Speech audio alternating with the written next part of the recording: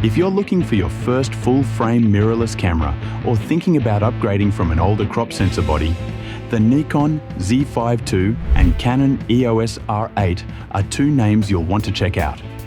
Both offer full-frame sensors, impressive autofocus systems, and great video features, but they take different paths to get there. Whether you lean Nikon or Canon, there's a lot to unpack here. So let's break it down and see which one deserves a spot in your camera bag.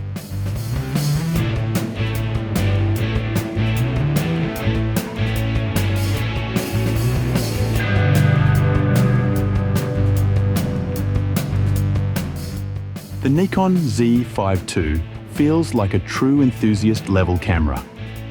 Its build is solid and weather-sealed, giving you confidence if you're shooting out in rough conditions. The grip is deep, the button layout is familiar if you've used a Nikon before, and the controls are highly customizable.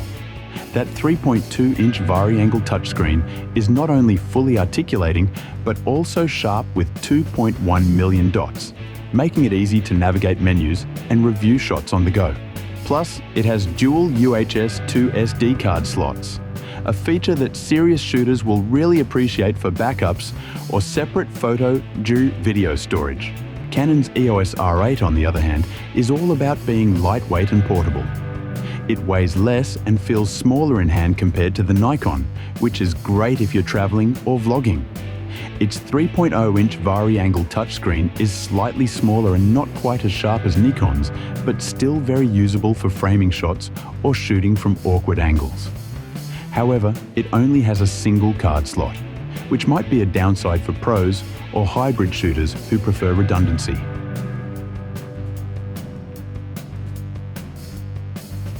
On paper, the Nikon Z5 II and Canon R8 are neck and neck. The Nikon packs a 24.5 megapixel full-frame sensor, while the Canon carries a 24.2 megapixel full-frame CMOS sensor. Honestly, the difference in resolution is negligible in real-world use. What sets them apart is how they process those images. The Nikon uses its X-Speed 7 image processor, something we've seen in higher-end Z-series models. It brings noticeable improvements in speed and low-light performance over the original Z5.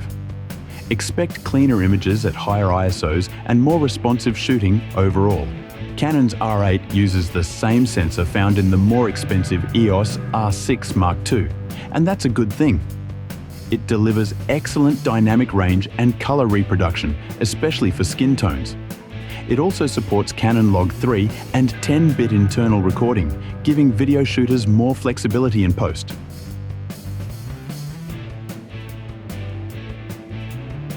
Here's where things get more interesting.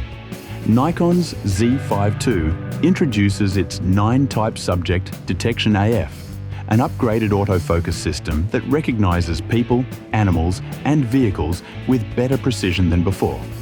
It tracks subjects reliably, even in trickier light conditions. Paired with the X-Speed 7, it's faster and more confident than its predecessor. Canon, however, goes full throttle with its dual-pixel CMOS AF2 system. It's fast, sticky, and incredibly accurate. Whether you're photographing moving subjects, shooting in continuous burst mode, or recording video, the R8 keeps your subject locked in. And speaking of burst, the Canon R8 can shoot up to a wild 40 FPS with its electronic shutter. More than enough for sports, wildlife, or just catching fleeting moments. Nikon's 30 FPS is no slouch either, especially at this price point, but Canon takes the lead in pure speed.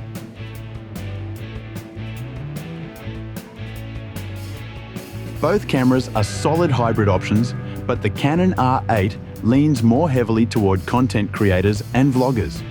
It records 4K at up to 60p without a crop, uses full-width readout, and gives you 10-bit 4:2:2 color when recording internally.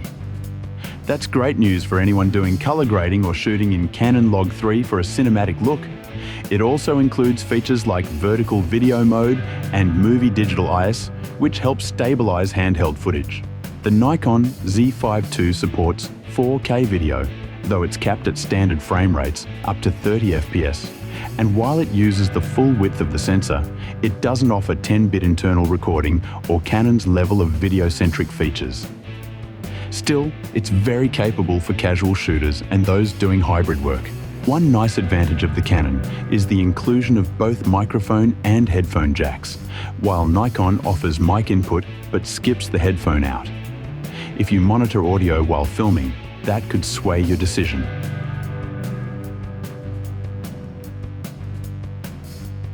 Nikon has a key strength here: 5-axis in body image stabilization, IBIS. That's a big win for handheld shooters, especially if you're using lenses that don't have optical stabilization. It's super useful for low light stills too. The Canon R8, in contrast, relies on digital IS for video and lens-based IS for stills, which means you won't get stabilization unless your lens provides it. When it comes to connectivity, both cameras have Wi-Fi and Bluetooth built in, so remote control and wireless image transfers are easy. Canon includes its multi-function shoe that opens the door to newer digital accessories like advanced microphones. Nikon keeps things more traditional, but offers reliable performance on that front.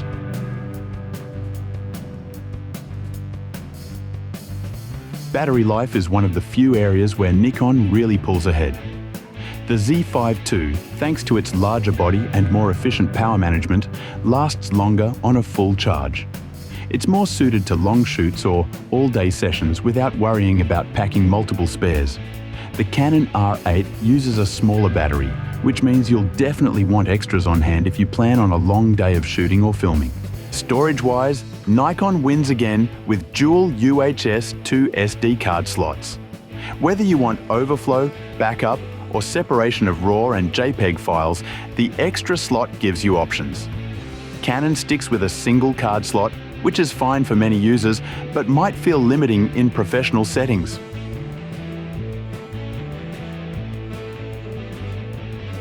So, Nikon Z5 II or Canon EOS R8? Well, it depends on what you need most. Go with the Nikon Z5 II if you want a more rugged, feature-rich stills camera with dual card slots, IBIS, and longer battery life. It's better for those doing primarily photography or hybrid work with a heavier lean towards stills. You also get a better EVF, a sharper rear screen, and a deeper grip that feels more balanced with bigger lenses. Choose the Canon EOS R8 if video is your priority or if you need something light and fast. Its autofocus system is stellar. Burst speed is unmatched in this category, and the internal 10-bit 4K 60p video makes it ideal for content creators and vloggers. You might sacrifice IBIS and dual card slots, but you gain serious video chops and performance. At the end of the day, both are fantastic entry-level full-frame mirrorless cameras, but they shine in different areas. Nikon plays the long game with build quality and photocentric features, while Canon goes bold with speed, video, and cutting-edge autofocus. Either way, you're getting a powerful tool to fuel your creativity.